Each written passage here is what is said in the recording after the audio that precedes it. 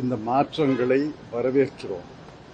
ஆனால் 8 ஆண்டுகள் கழித்து தங்களுடைய தவறை உணர்ந்த அரசை நான் பாராட்டுகிறேன்.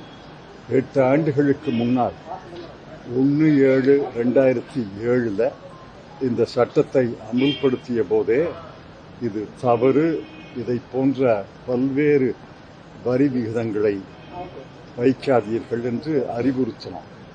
அப்ப தலைமை பொருளாதார ஆலோசகர் திரு அரவிந்த் சுப்பிரமணியம் அவர்களும் இது தவறு என்று அறிவுறுத்தினார்.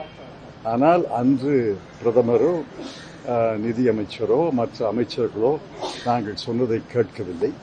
பலமுறை நாடாளுமன்றத்திலே பேசியிருக்கிறோம், பல கட்டுரைகளை எழுதியிருக்கிறேன். பல தலைவர்கள், பொருளாதார நிபுணர்கள் இது தவறு, இதை திருத்த வேண்டும் என்று சொன்னார்கள். இப்பொழுதாவது அவர்களுக்கு இதை உணர்ந்து தவறுகளை திருத்தியதற்காக நான் நன்றி சொல்கிறேன்.